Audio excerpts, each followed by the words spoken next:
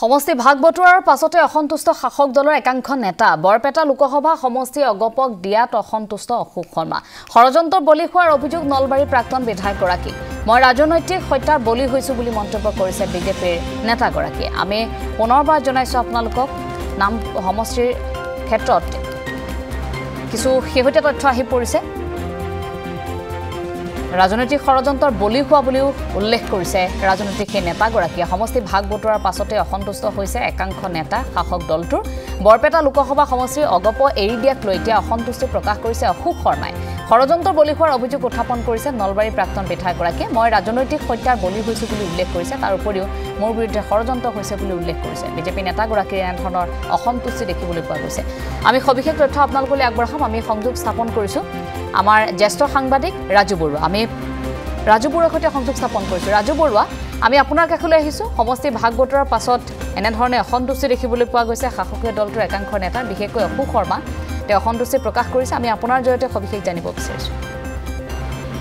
চাওক ইতিমধ্যে যেহেতু বিজেপিয়ে অসম গণ পৰিষদক মিত্ৰদল অসম গণ পৰিষদক বৰপেটা সংসদীয় সমষ্টিটো আৰু ধুবুৰী সংসদীয় সমষ্টিটো এৰি দিছে আৰু লগতে কুকুৰাঝাৰ সমষ্টিটো UPPLক এৰি দিছে আৰু বৰপেটা সংসদীয় সমষ্টিটো অসম গণ পৰিষদক এৰি দিয়াৰ লগে লগে নলবাৰীৰ প্ৰাক্তন বিধায়ক অশোক শৰ্মা ইতিমধ্যে তেওঁ অসন্তুষ্ট তীব্ৰ অসন্তুষ্টি ইতিমধ্যে তেওঁ প্ৰকাশ কৰিছে আৰু কিছু সময়ৰ পিছতে আমাৰ সতীৰ্থ সাংবাদিক নলবাৰীৰ ভাস্কৰ ডেকাই সেই বাতৰি প্ৰেৰণো কৰিব কিন্তু মূল কথাটো হৈছে অশোক শৰ্মাৰ সৈতে আমি কিন্তু ইয়াৰ এসপ্তাহ পূৰ্বে যেহেতু দিল্লীত বিজেপিৰ ৰাষ্ট্ৰীয় অভিৱৰ্তন অনুষ্ঠিত হৈছিল আৰু সেই অভিৱৰ্তনৰ সময়ছোৱাত এনেদৰে আমি তেওঁৰ সৈতে কথা পাতিছিলো আৰু সেই সময়ছোৱাত তেওঁৰ কিন্তু যিটো স্থিতি আছিল তেওঁ তেতিয়া এনেধৰণৰ কথা কিন্তু কোৱা নাছিল তেওঁ সেই সময়ত এটা কথা কৈছিল যে মই টিকট বিচাৰিম বৰপেটাৰ পৰা আৰু দলীয় নেতৃত্বই যদি টিকট দিয়ে তেনেহ'লে মই নিৰ্বাচন খেলিম আৰু সেই সমষ্টিটোত এইবাৰ বিজেপি জয়ী হোৱাৰ পূৰ্ণ সম্ভাৱনা আছে অৱশ্যে তেওঁ যেহেতু বৰপেটা সংসদীয় সমষ্টিটোৰ প্ৰভাৰী আছিল তেতিয়া লোকসভা প্ৰবাস যোজনা বিজেপিয়ে অসমৰ 3টা সমষ্টি বাছি লৈছিল এটা হৈছে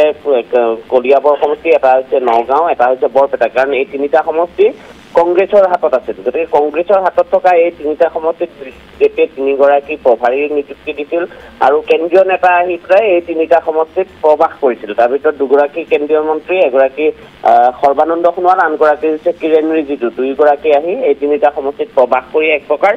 বিজেপিয়ে কংগ্ৰেছৰ দখলৰ পৰা এই সমষ্টি 3টা এইবাৰ নিজৰ দখললৈ অনাৰ কুচকাৱাজ চলাইছিল কিন্তু যেহেতু বৰপেটা ইতিমধ্যে বিজেপিয়ে অসম গণ পৰিষদক এৰি দিছে আৰু অসম গণ পৰিষদে কাজিৰঙা সমষ্টি দাবী কৰি আছে কিন্তু ইয়াৰ বিপৰীতে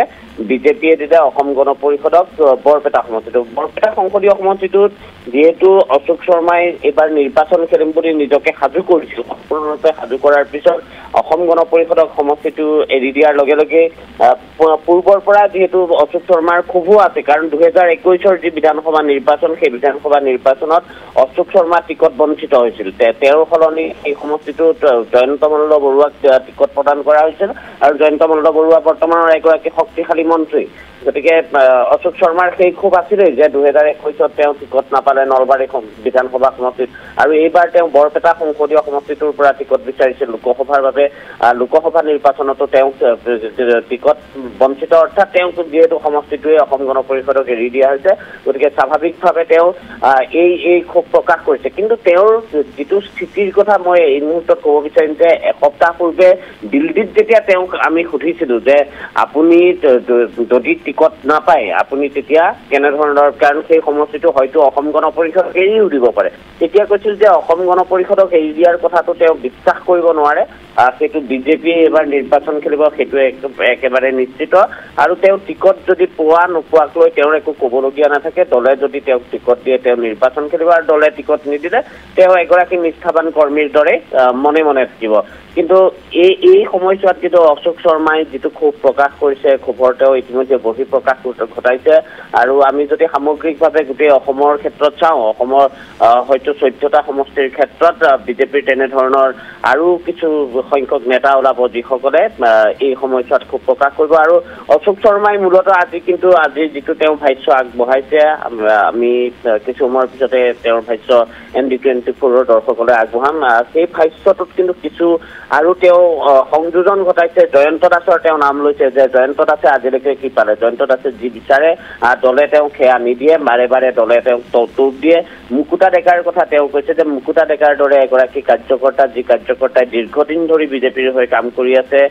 খুব যেতিয়া বিজেপিৰ বিশেষ অৱস্থা একো নাছিল বিজেপি কাৰ্যালয়লৈ যেতিয়া মানুহ যোৱা নাছিল বিজেপিৰ কাৰ্যালয়ৰ যেতিয়া ভাড়া দিবলৈ টকা নাছিল সেই সময়ছোৱাত যিসকলে ত্যাগ কৰিলে সেইসকলক বিজেপিয়ে আজি বিজেপিৰ নেতৃত্বই চিনি নাপায় বুলি তেওঁ খুব প্ৰকাশ কৰিছে তেওঁ তাৰ লগতে কৈছে যে ৰাষ্ট্ৰীয় নেতৃত্বইও আজিকালি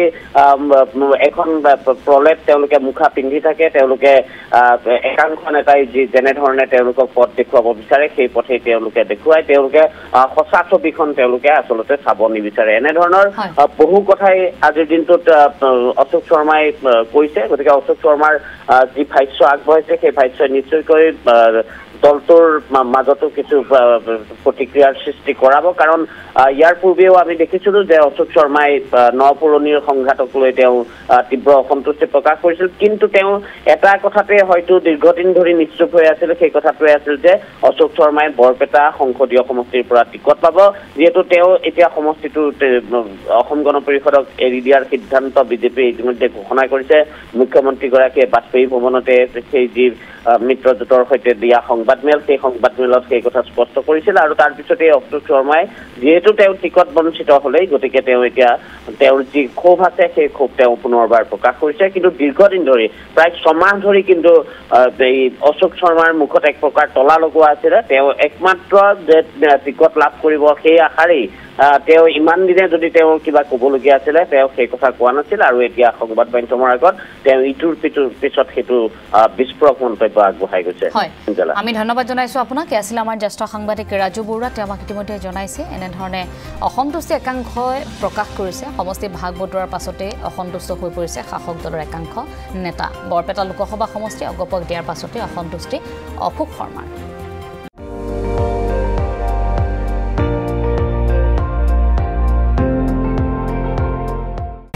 আপুনি চাই আছে ND24 সৰ্বশ্ৰেষ্ঠ নহয় সৰ্বোত্তমৰ দৌৰ